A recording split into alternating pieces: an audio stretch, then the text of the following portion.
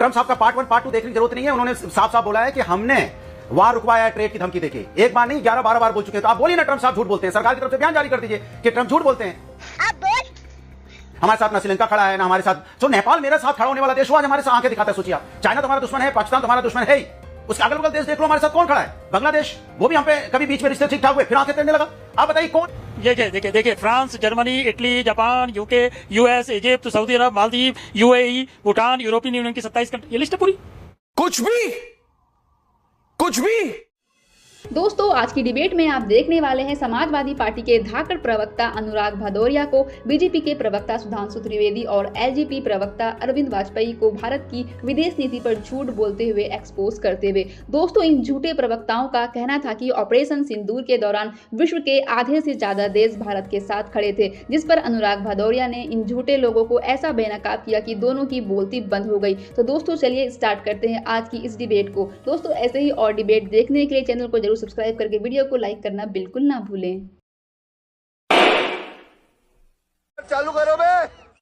अनुराग जी, आपके साथ शुरू करते हुए, क्या ये ऐसा वक्त नहीं है जब पूरे भारत को एक आवाज में बोलना चाहिए? ऐसा क्यों प्रतीत होता है कि विपक्ष इस बात से खुश नजर आता है कि भाई हम यहां फेल हो गए? भाई अगर कोई कंट्री किसी पर अटैक करता है, आप ही बताइए, कोई दूसरा देश उसकी बड़ाई करेगा कि बड़ा अच्छा किया, पाकिस्तान को मार दिया।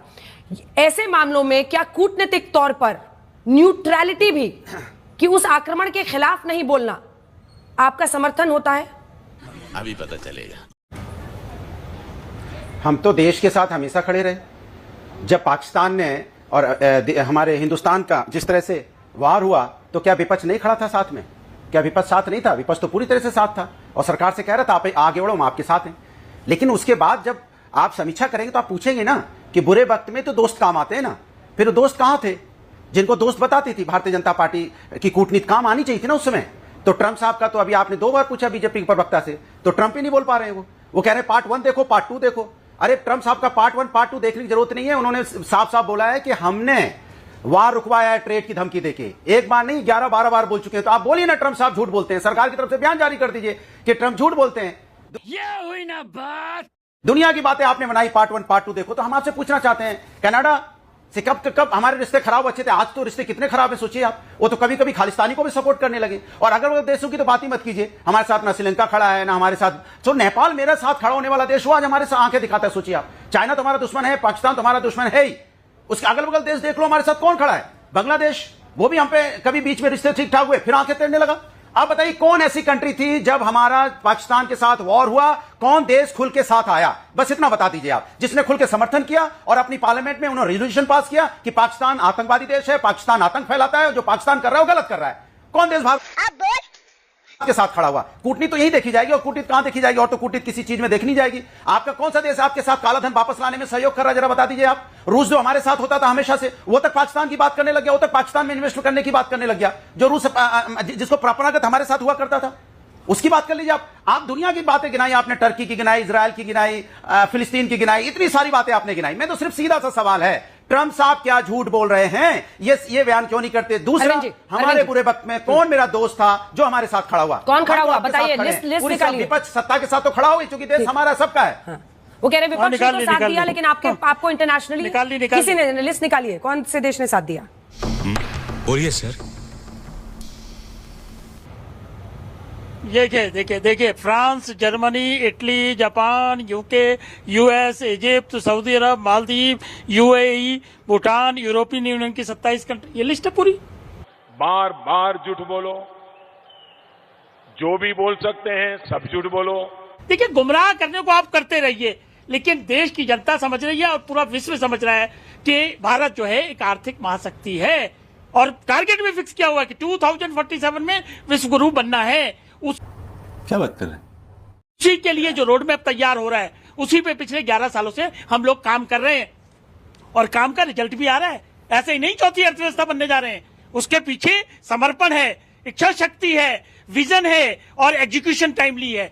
जब ये सब चीजें होती हैं तभी विश्व में कोई देश किसी के साथ खड़ा होता है। अभी आपने इन्होंने अभय दुबे जी ने कर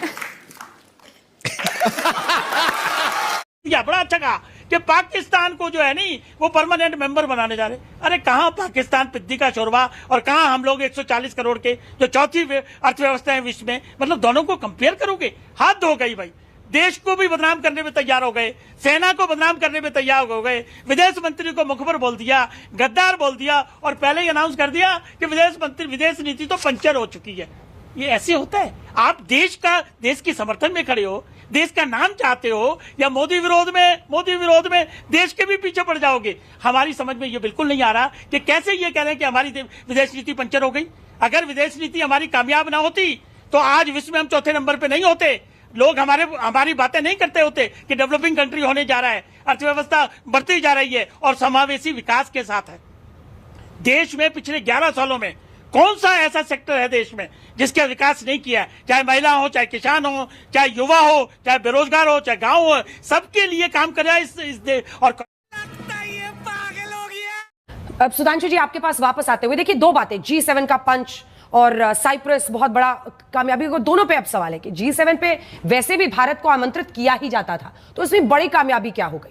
और यहां पर जब ट्रंप से सामना होगा आपके पास रियल टाइम प्रॉब्लम होगा, क्योंकि वो देखिए भारत सरकार अपना रुख साफ कर रही है, हमारा विदेश मंत्रालय साफ कर रहा है, हमारी आर्मी ने की है, लेकिन डोनाल्ड ट्रंप 14वीं बार 13वीं बार लगातार हर जगह बोल रहे हैं। ये आपके लिए एक रियल चैलेंज होगा वहां पर, उस पर आप एक ट्रंप पर स्पेसिफिक जवाब दीजिए जो अनुराग जी भी पूछ रहे थे। और दूसरा साइप्रस को लेकर, मतलब हम यहां से क्या नीति मतलब हमारी क्या स्ट्रैटेजी क्या है, हमारी क्या करेंगे हम, क्योंकि हम क्या तुर्की और चाइना का भी खुलकर नाम नहीं लेने से कतरा रहे हैं?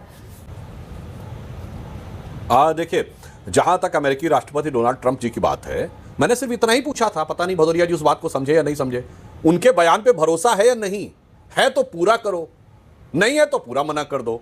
भारत के बयान पे भरोसा है तो पूरा करो, नहीं तो फिर छोड़ दो। ये जो पिक एंड चूज आप करते हैं। और जहां तक डोनाल्ड ट्रंप जी ने तो 31 मई को अपने social media account true social पर यह भी लिखा हुआ है कि जो बाइडेन जो है वो तो 2020 में खत्म हो गए थे और उसके बाद से अमेरिका की जनता जिसको राष्ट्रपति समझती रही है वो तो एक रोबोटिक क्लोन है।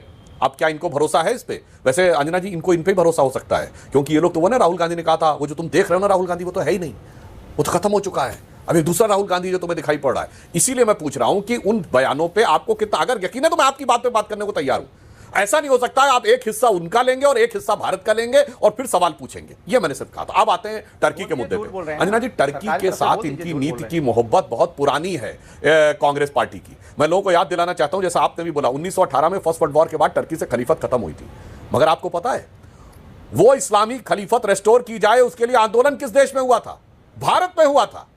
किसने समर्थन किया था? कांग्रेस पार्टी ने।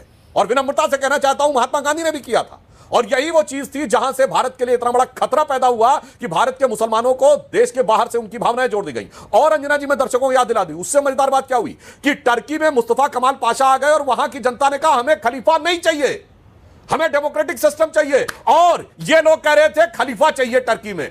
तो ये याराना बहुत पुराना है, फिल्मी डायलॉग होता था ना, बहुत पुराना याराना लगता है, तो वो दिखाई पड़ता है। और इनकी विदेश नीति की सोच कितनी संकुचित और कितनी अंदरूनी राजनीति के वोट बैंक से प्रेरित थी, ये इसका प्रमाण है। अब दूसरी बात अभय दुबे जी ने कही चाइना के साथ इंगेजमेंट, तो मैं विनम्रता से पूछना चाहता हूं, बाकी इंगेजमेंट तो है अभय दुबे जी, जरा चाइना के साथ जो आपकी पार्टी का इंगेजमेंट है वही बता देते, अन्यथा बता देते वो कौन सा इंगेजमेंट था, जो करार था कि 2008 के बीजिंग ओलंपिक में 80 देशों के राष्ट्राध्यक्ष बुलाए गए, मगर भारत के प्रधानमंत्री नहीं बुलाए गए, मगर सोनिया जी और राहुल जी नहीं बुलाए गए, पूरा गांधी परिवार बुला के स्टेट गेस्ट के रूप में रखा गया। जो लोग सांसद भी नहीं थे उन्हें भी 2008 के बीजिंग ओलंपिक में, ये कौन से करार का चमत्कार था, जरा वो तो बता दीजिए, तब देश की जनता जानना चाहती है। अब मैं दूसरी बात सुधांशु जी, मैं वापस आपको खींच कर ला रही हूं, एक सेकंड सर, आप कनाडा पर भी बोल दीजिएगा, लेकिन मौजूदा सरकार की एक अलग इक्वेशन माना जाता था ना डोनाल्ड ट्रंप के साथ।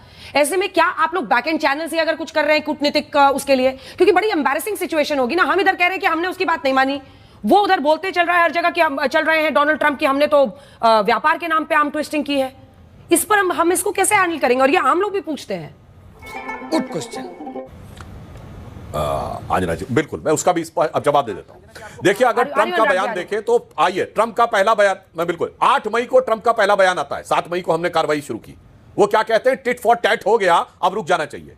टिट फॉर टैट का मतलब क्या हुआ? टिट का मतलब जैसे को तैसा, यानी उन्होंने माना कि पहलगाम पाकिस्तान ने कराया, भारत ने उसके बाद ठोक दिया, अब रुक जाना चाहिए, उस पर भरोसा नहीं करना है। उसके बाद ट्रंप ने क्या कहा कि मैंने एक न्यूक्लियर डिजास्टर को रुकवाया, अब ये खबर आई कि सरगोदा का बेस जहां पर ये माना जाता है, हमें नहीं पता कि रखे हैं कि नहीं, माना जाता है कि उनके न्यूक्लियर आर्सेनल्स रखे हैं, और जिसका एंट्री और एग्जिट पॉइंट डैमेज हो गया। और इसके बाद ये खबर आई कि अमेरिका का एक जहाज गया वहां पर न्यूक्लियर लीक की जांच करने के लिए। 14 मई को कोई जाकर चेक कर ले। अमेरिका विदेश विभाग के प्रवक्ता से पूछा गया कि अमेरिका का कोई जहाज पाकिस्तान में न्यूक्लियर लीक को चेक करने गया है, तो विदेश विभाग का प्रवक्ता कह सकता था ऐसा कुछ भी नहीं है, गलत है। उसने कहा इसका जवाब देना मेरे परव्यू के बाहर है। अब आप ये समझिए कि यदि यह माना जाए कि वहां पर किसी प्रकार की न्यूक्लियर लीक की संभावना थी, तो सरगोदा भारत की सीमा से सिर्फ 177 किलोमीटर है। दिल्ली से जयपुर ज्यादा दूर है, भारत की सीमा से सरगोदा कम दूर है। In case of any nuclear problem जो रेडिएशन होता तो हमारे से बचने वाला नहीं। अगर मानना, मैं नहीं कह रहा हूं ये क्या सच है, अगर मानना है तो फिर उनकी पूरी बात मानो, विदेश विभाग की भी बात मानिए, ठीक है अनुराग जी, उसी बात में अभय जी आप ही के पास आऊंगी। अनुराग जी और तब मानिए जब विदेश आप देख तू अब तू गया बेटा, मंत्रालय कह रहा है 10 में से एक चीज को एक मानूंगा, अच्छी बाकी बात, को नहीं। एक अच्छी बाकी को नहीं मानूंगा, ये कैसे चलेगा? अनुराग जी इस पर स्पेसिफिक जवाब दीजिएगा। नहीं, मैं स्पेसिफिक जवाब, मैंने बिल्कुल माना कि हमारे देश की सेना ने, फौज ने ठोका है, घुस के मारा है, बिल्कुल मान रहा हूं। कौन नहीं मान रहा इस बात को? लेकिन तो आप मानने को तैयार नहीं, लगता है या विदेश मंत्रालय कोशिश कर रहे हो, पार्ट 3 भी लेके आया। गुरुजी आपको ट्रम्प भरोसेमंद लगता है या अपना विदेश मंत्रालय? बात करता हूं तो ये मैं कह रहा हूं, तो ये बोले ना, सरकार बोल दे कि ट्रम्प झूठ बोल रहा है। हमें क्या दिक्कत है? हम तो यही चाहते हैं ना कि ट्रम्प झूठ बोल रहे हैं। हम तो कह रहे हैं ट्रम्प झूठ बोल रहा है कि मेरी सेना पे नहीं, मुझे सेना पे भरोसा है, मेरी सेना ने ठोका है, बिल्कुल सही है। ट्रम्प ने जो बोला कि घुस के मारा है, ठोका है, बिल्कुल सही है। हाँ, लेकिन ये बताइए ना कि सरकार क्यों नहीं बोलने को तैयार है कि ट्रम्प झूठ बोल रहे हैं? बोले ना सरकार, ये भी नहीं बोल पा रहे हैं। ये पार्ट 1 पार्ट 2 पढ़ा रहे हैं आपको कि पार्ट 1 पढ़िए, पार्ट 2 पढ़िए, पार्ट 3 पढ़िए। अरे हम पार्ट पढ़ने थोड़ी आए यहाँ पे, आपसे पूछने आए हैं कि ट्रम्प झूठ बोल रहे हैं। ये सरकारी बयान क्यों नहीं जारी करते? ट्रम्प देश के बात तो सही है।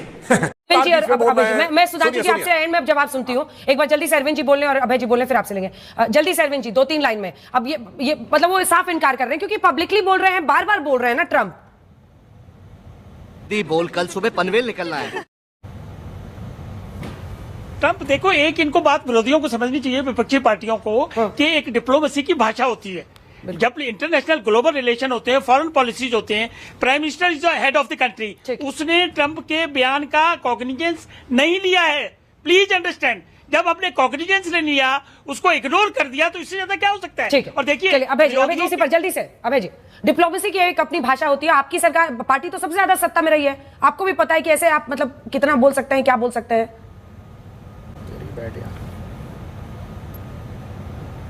अभय जी को आवाज नहीं जा रही है। सुधांशु जी अपनी बात कंप्लीट कीजिए 2 लाइन में। हाँ, 2 लाइन में कह देता हूं। देखिए, जो डिप्लोमेसी की भाषा नहीं समझ में आती तो मैं सामान्य भाषा बताना चाहता हूं। हाँ, डोनाल्ड ट्रंप ने कैसे रोल प्ले किया है। जब 9 और 10 की रात को पाकिस्तान के कई एयर बेसेस डिस्ट्रॉय हुए, जो खुद शहबाज शरीफ का स्टेटमेंट है कि 2:30 बजे रात को जनरल आसिम मुनीर ने मुझे बताया कई एयर बेसेस पर इंडिया ने अटैक किया है और नूर खान एयर बेस पर भी मिसाइल गिरी है। तो मतलब सामान्य भाषा में समझिए कि उसने निश्चित रूप से अमेरिका को फोन किया होगा कि दद्दा बचाओ। अब मैं सामान्य भाषा में